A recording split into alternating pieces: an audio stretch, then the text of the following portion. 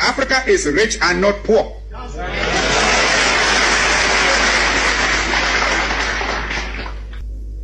Africa has immense actual and potential wealth: gold, diamond, copper, manganese, bauxite, iron ore, uranium, asbestos, chrome, cobalt, a host of other minerals.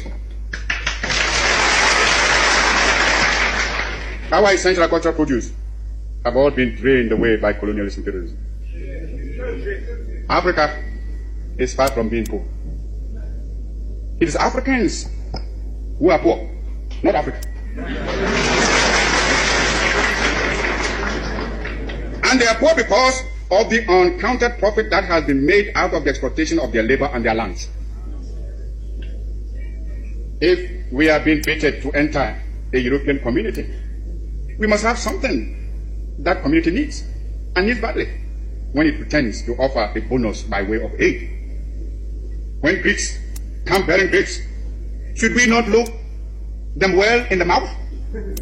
If I may mix my metaphor. But I'm sure you get my meaning. I raise this point so that it will stay in your minds when you may be tempted by the seductive promises of new colonialism to forget the real character of colonialist imperialism and be persuaded away from your own true interests and those of Africa. For today, we must each see ourselves as part of Africa in order that we may face colonialist imperialism and its new form, new colonialism, on a continent-wide front. For unity must be the keynote of our actions. Our enemies are many, and they stand ready to pounce upon and exploit our very weakness.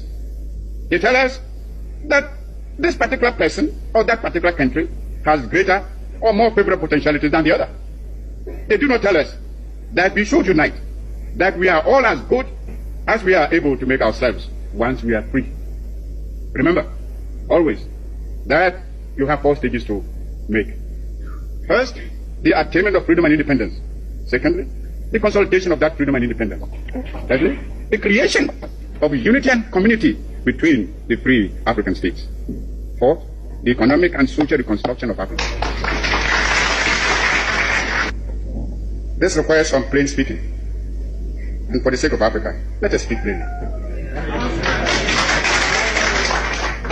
As I see it, our greatest danger stems from disunity and the inability to see that the realization of our hopes and aspirations, the realization of our objective of total African independence, and of our future progress and prosperity is inextricably bound up with the necessity to unify our policy and actions in connection with the continued struggle for independence and the greater task of economic and social reconstruction beyond it.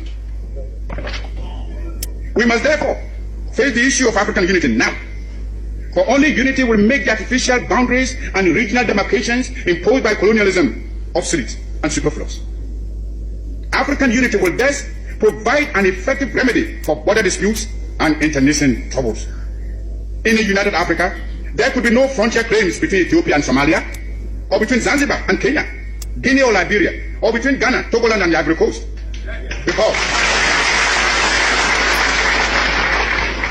Because we would regard ourselves as one great continental family of nations. Some of the leaders, it must be confessed, do not see the struggle of their brother Africans as part of their own struggle. Even if they did, they would not be free to express their solidarity. These rifts are consciously created by the imperialists between Africans, where they can sit back and watch with sly satisfaction, as well as contempt for those who fail to see how they are being used against Africa's best interests. Regrettably, those states include some who were among the freedom fighters of yesterday and who haven't won their independence, are willing to drop it for some token aid, and thereby deny to those still struggling for freedom even their moral support. Here is a phenomenon against which all African freedom fighters must be on their guard and resist to the utmost. Even though I appreciate the difficulties facing us, I must admit, I find it strange to watch some of us returning willingly to the colonialist fold. This time, they don't even have the excuse of being forced to subject themselves to foreign domination. It makes one wonder Why so much effort and sacrifice and so many lives were given up to the achievement of independence in the first place, if it can only be so quickly and easily surrendered? We must begin to build immediately our own continental common market. For it is easy for anyone who studies the common market organization closely to realize that the common market is aimed at harnessing the African countries to satisfy the profit loss of the imperialist bloc and to prevent us from following an independent neutralist policy.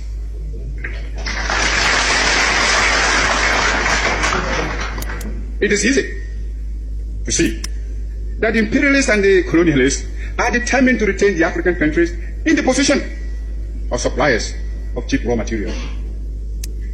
If we do not resist this threat, and if we throw in our lot with the common market, we shall doom the economy of Africa to a state of perpetual subjection to the economy of Western Europe. This will, of course, hinder the industrialization of our young African states. It is impossible to think of economic development and national independence without possessing an unfettered capacity for maintaining a strong industrial power. The activities of the common market are therefore fraught with dangerous political and economic consequences for the independent African states.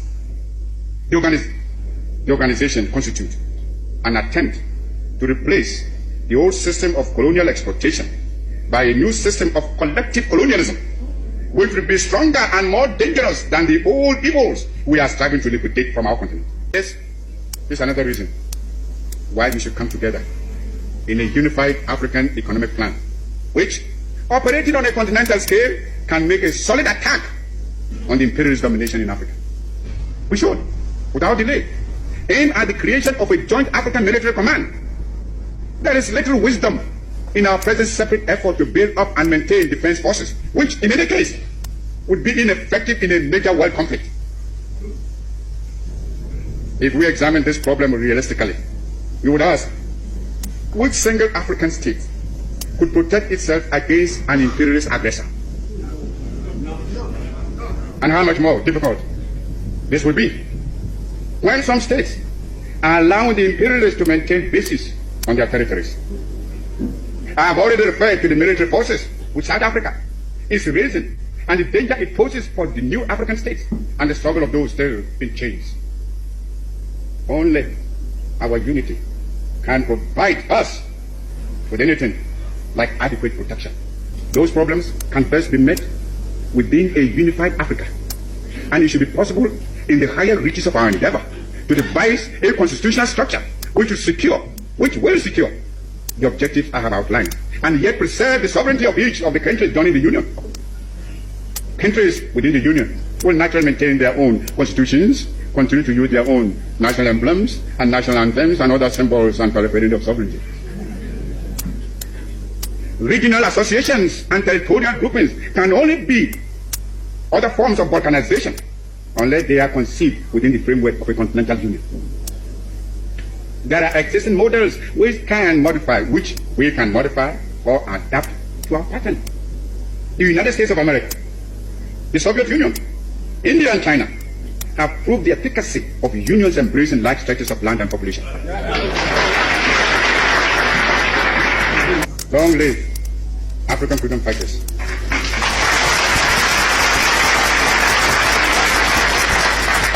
Long live African independence.